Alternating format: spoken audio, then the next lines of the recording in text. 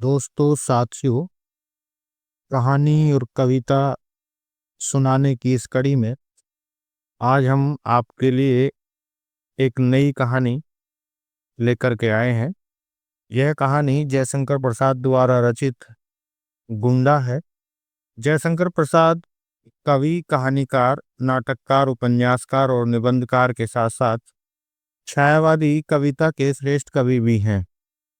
अपने विशिष्ट साहित्यिक योगदान के कारण प्रसाद जी को हिंदी साहित्य की अमूल्य निधि माना जाता है। इनका जन्म काशी के एक संपन्न वैश्य परिवार में हुआ और उनकी यह कहानी गुंडा भी काशी से ही संबंधित है। यह एक ऐतिहासिक प्रेम कहानी है। कहानी में देश काल 18वीं शताब्दी के अंतिम समय का है।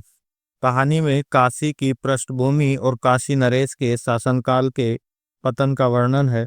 इस संपूर्ण कहानी को प्रसाद जी ने 3 भागों में विभाजित किया है। कहानी का मुख्य पात्र ननकू सिंह है, जिसे काशी का गुंडा भी कहा जाता है। कहानी में ननकू सिंह का परिचय प्रसाद जी इस प्रकार से करते हैं कि वह 50 वर्ष से ऊपर था, तब भी युवकों से अधिक बलिष्ठ और दृढ़ था। चेहरे पर कहीं भी झुर्रियां नहीं दिखाई देती थी।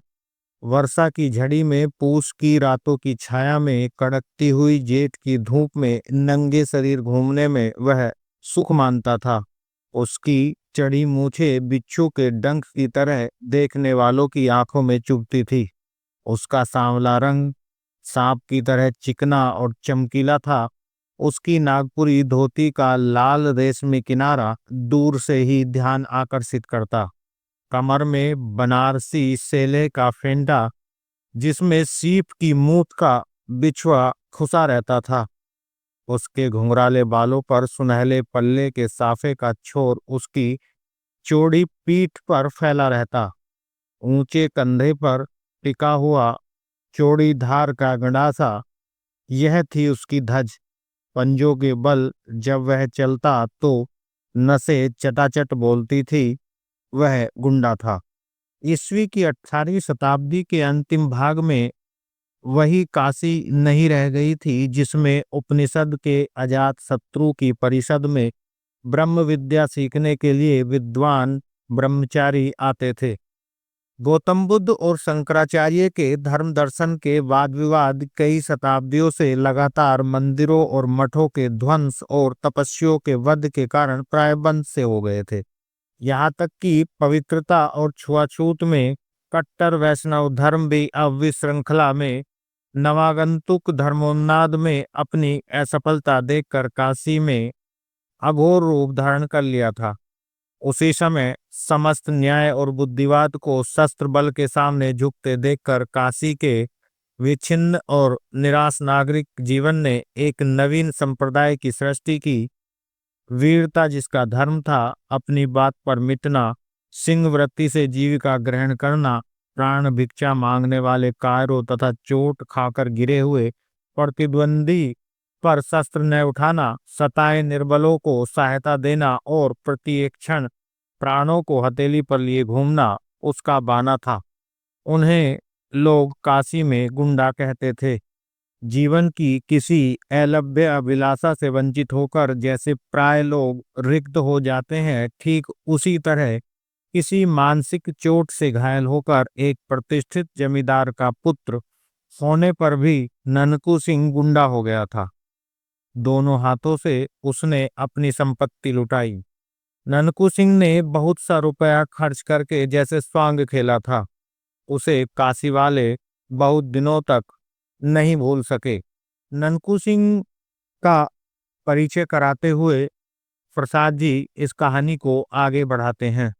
क्योंकि समाज में ननकू सिंह की छवि एक गुंडे की है, पर वास्तव में वह निर्बलों की सहायता करने के लिए जान हथेली पर लेकर स्वांग, गाने बजाने, भैंसों की लड़ाई, घुड़दौड़ और कोठेवालियों के यहाँ मुजरा देखने जाता है। एक प्रतिष्ठित जमींदार का पुत्र होने के बावजूद जिस प्रकार उसने सारी संपत्ति लुटाकर एक डाकू का रूप धारण कर लिया था, उसके जीवन में यह परिवर्तन कभी उसकी प्रेयसी रही राजमाता पन्ना के प्रेम में असफल होने पर आता है। कहानी के दूसरे भाग में गाने वाली दुलारी को राजमाता का संदेश मिलने पर वह राजमहल पहुंचती है। वह राजमाता को ननकू द्वारा मौलवी को झापड़ मारने की घटना बताती है। राजमाता ननकू सिंह का नाम सुनकर वह अपने पुराने ख्यालों में डूब जाती है। महाराज बलवंत सिंह के निधन के उपरांत पन्ना वैधव्य जीवन व्यतीत करते हुए अपना अधिकांश समय पूजा अर्चना में लगाती है। अब उसके जीवन में संगीत और प्रेम प्रसंगों का कोई स्थान नहीं रह जाता है। वह काशी के राज मंदिर में पूजा पाठ में अपना अधिकांश समय व्यतीत करने लगती है। पन्ना अपनी शादी और राजा बलवंत सिंह द्वारा स्वयं को बलपूर्वक रानी बनाने की घटना को भी याद करती है।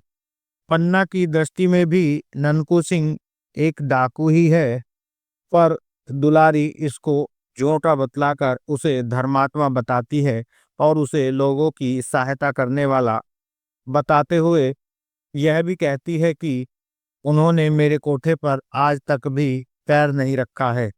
यह सुनकर राजमाता ननकू सिंह के व्यक्तित्व को समझने का प्रयास करती है और उसके व्यक्तित्व को समझने में रुचि लेने लगती है। दूसरे दिन राजा चेत सिंह के पास आई रेजिडेंट मार्कहेम की चिट्ठी में नगर की दुर्व्यवस्था पर रोष जताया जाता है। हेस्टिंग्स के आने की सूचना दी जाती है। शिवालय घाट और रामनगर में हलचल और तैयारियां शुरू हो जाती है। कोतवाल हिम्मत सिंह भी व्यवस्था बनाने में सक्रिय हो उठता है।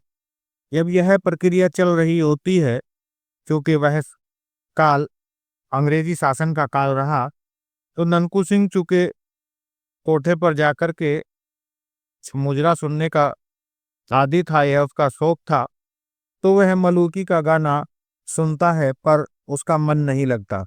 दुलारी से गाना गाने के लिए कहता है। गाना समाप्त हो जाने पर वासना के रंग में डूबी दुलारी ननकू के पास एकांत में आती है, पर ननकू उसको स्पर्श भी नहीं करता। इसी समय दुलारी ननकू सिंह को बताती है कि यह खबर फैली है कि काशी में सब कुछ उलट पुलट होने वाला है। हेस्टिंग्स ने शिवालय घाट पर तिलंगों की कंपनी का पहरा बिठा दिया है। राजा चेत सिंह और राजमाता पन्ना को पकड़कर कलकत्ता भेजने की तैयारी है। यह सुनकर ननकू अधीर हो उठता है। उसकी आंखों में आंसू आ जाते हैं। एक बलशाली और जिसने जीवन की पूरी तरह से धज्जियां उड़ाई थी और आनंद के साथ जीवन व्यतीत किया था, उसकी आंखों में आंसू देखकर दुलारी उससे कुछ पूछती है, पर वह इन आंखों में आंसू आने के कारण का कोई उत्तर नहीं दे पाता है और न ही कोई विशेष कारण बता पाता है। वह रानी की सहायता के लिए उन्मत्त हो उठता है। राजा चेत सिंह लेफ्टिनेंट स्टाकर के पहरे में थे। नगर में आतंक था। ननकू राजा रानी के साथ विश्वासघात करने वाले लोगों को सबक सिखाना चाहता है और महारानी पन्ना को डोंगी में बिठाकर चेत सिंह के साथ सुरक्षित स्थान पर भेज देता है। इस पूरे घटनाक्रम में बस एक पल के लिए ही राजमाता पन्ना और ननकू सिंह की आंखें मिलती हैं। तिलंगे आक्रमण कर देते हैं। ननकू हमलों को झेलते हुए रानी को सुरक्षित उनके कब्जे से निकालकर और उन्हें डोंगी में बैठाकर सुरक्षित स्थान की ओर भेज देता है। चेत सिंह ने खिड़की से उतरते हुए देखा कि 20 तिलंगों की संगीनों में वह अविचल होकर तलवार चला रहा है। ननकू के चट्टान सदृश शरीर से गैरिक की तरह रक्त की धारा बह रही है। गुंडे का एक एक अंग कटकर वहीं गिरने लगा। वह काशी का गुंडा था जो स्वयं अपने शरीर के एक एक अंग का बलिदान कर प्रेम की बलिवेदी पर शहीद हो जाता है। और यहीं पर कहानी समाप्त हो जाती है। धन्यवाद।